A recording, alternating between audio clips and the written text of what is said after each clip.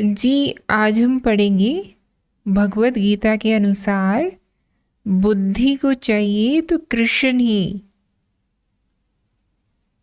श्रीमद् भगवत गीता अध्याय 2 श्लोक 66।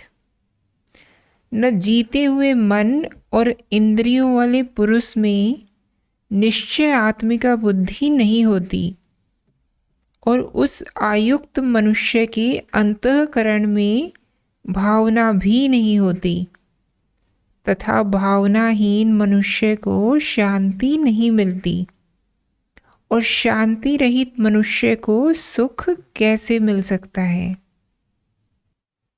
अब प्रश्नकर्ता का सवाल है कि श्लोक में निश्चय आत्मिका बुद्धि का उल्लेख है, इसे हम अपने में कैसे लाएं? ये किन कारणों से नहीं होती? किसी काम को करने के लिए मन झुंड का साथ ढूंढता है, तो कैसे अपने नित्य अकेलेपन को प्राप्त करें और जिएं? तो उत्तर ये है कि निश्चय आत्मिका बुद्धि वो बुद्धि है जिसने 50 जगह लगना छोड़ दिया।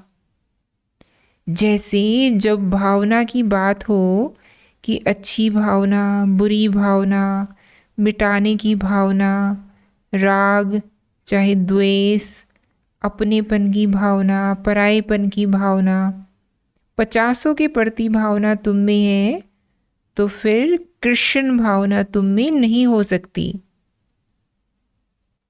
इसी से समझो कि निश्चय आत्मिका बुद्धि क्या होती है। जो निश्चय करके एक पर स्थिर हो गई है, ऐसी बुद्धि, उसको अब कोई संशय नहीं बचा है। वो एक पर आकर के अटक गई है, अब हिलेगी नहीं। वो कहलाती है निश्चय आत्मिका बुद्धि। श्री कृष्ण ने इस पर बहुत जोर दिया है। कह रहे हैं कि तुम्हारी बुद्धि ही तुम्हारी दुश्मन है। बहुत चलती है तुम्हारी अकल, उसको चलाना बंद करो। इसका मतलब यह नहीं कि निर्बुद्धि हो जाओ। इसका मतलब यह है कि बुद्धि अब बाण की तरह सिर्फ अपने लक्ष्य की ओर चले।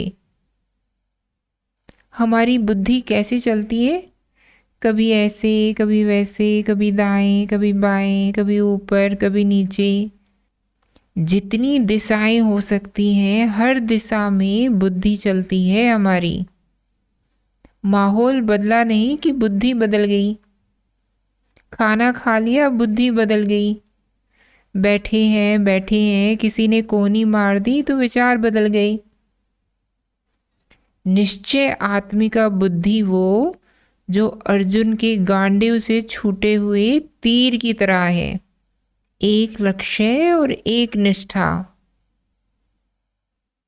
और पूछ रहे हैं कि किन कारणों से नहीं होती। यह स्पष्ट नहीं होता जब तक कि कृष्ण कहाँ है, तब तक निश्चित होकर बुद्धि ठहर कैसे जाए। निश्चय नहीं आ पा रहा है ना। 50 जगह कृष्ण दिखाई दे रहे हैं तो बुद्धि 50 जगह भाग रही है। चाहिए बुद्धि को कृष्ण ही, पर कृष्ण जहाँ है वहाँ नहीं दिखाई दे रहे। इसमें भी दिख रहे हैं, उसमें भी दिख रहे हैं, यहाँ भी दिख रहे हैं, वहाँ भी दिख रहे हैं। ऐसे में आजमा लेना चाहिए।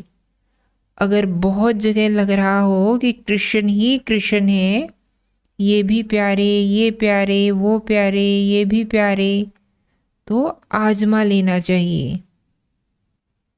वो सुना है ना कि जादूगर ने राजा की 10 प्रतिमाएं बना दी। उसमें से एक थी लोहे की, बाकी थी मोम की। और राजा से कहा कि असली प्रतिमा है लोहे की। अगर तुमने एक ही प्रयास में वो पहचान ली तो तुम जो कहोगे वो मैं तुमको दूंगा, नहीं तो ऐसा जादू मारूंगा कि यहीं मृत्यु हो जाएगी तुम्हारी और एक ही अवसर मिलेगा। एक बार में ही पहचानना है कि असली कौन सी है। और दिखने में हूबहू एक सी है वो सब। तो राजा ने क्या कहा? राजा ने यह नहीं कहा कि चलो पहचानते हैं, राजा ने कहा कि चलो आजमाते हैं। यह नहीं कहा कि प्रयास करके पहचानते हैं। छूना मना था। ये नहीं था कि जा कर के बता दो कि मोम की कौन सी है। और प्रयास तो एक ही बार कर सकते थे, तो एक ही बार छू पाते। उसमें अधिक से अधिक यही पता चलता कि नकली कौन सी है, असली वाली कहाँ छुपी है, यह कैसे पता चलता। तो राजा ने क्या कहा? आजमाते हैं। क्या करा राजा ने? आग लगा दी। तो आग लगा दो, जो असली होगा वही बचेगा, बाकी सब जलकर खाक हो जाना है। असली नकली की पहचान ही आग लगाने पर होती है। डरते क्यों हो आग लगाने में? दुनिया में सब कुछ तो नकली नहीं है ना। जो नकली होगा वही राख होगा। और यही प्रयोग हम कभी करते नहीं। यही श्रद्धाहीनता है। हमें लगता है कि कहीं सब कुछ ही जल गया फिर हमारा क्या होगा। सब कुछ नहीं जलेगा भाई। और अगर सब कुछ ही नकली है तो सब कुछ ही जल जाएगा।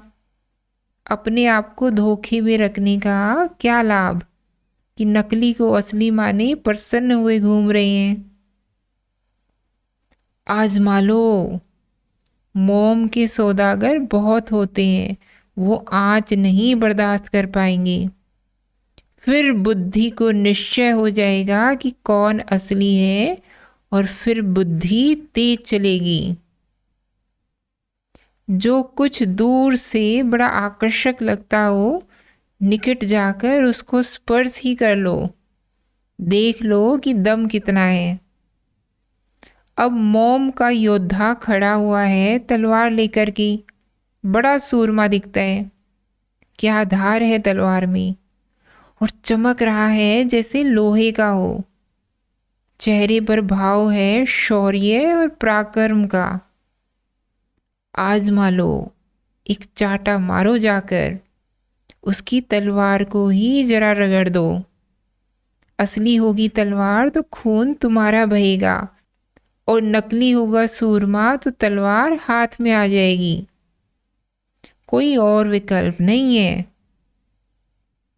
फिर कह रहे हैं कि कुछ भी करने के लिए मन झुंड ढूंढता है, कैसे अपने नित्य अकेलेपन को प्राप्त करें और जिएं। मैं फिर कहूंगी, झुंड के साथ हो लो। झुंड को छोड़ने का इससे अच्छा कोई तरीका ही नहीं है। झुंड से यारी कर लो, घुस जाओ बिल्कुल झुंड में। अगर इंसान होगे और थोड़ी भी सच्चाई होगी तुम्हारे दिल में, तो झुंड को छोड़कर भागोगे। जितनी गहराई से घुसोगे उतनी ही तेजी से भागोगे। झुंड भी, भीड़ भी आकर्षक दूर दूर से ही लगते हैं। उनमें प्रविष्ट ही हो जाओ ना, असलियत सामने आ जाएगी। फिर कहोगे कि रहने दो भाई, हम अकेले ही अच्छे हैं। जो बहुत बुला रहा हो उसके पास चले ही जाना चाहिए। काबिल होगा तो साथी मिला, और नाकाबिल होगा तो राज खुला। ये बीच बीच का मामला खतरनाक होता है, न इधर के और न उधर के।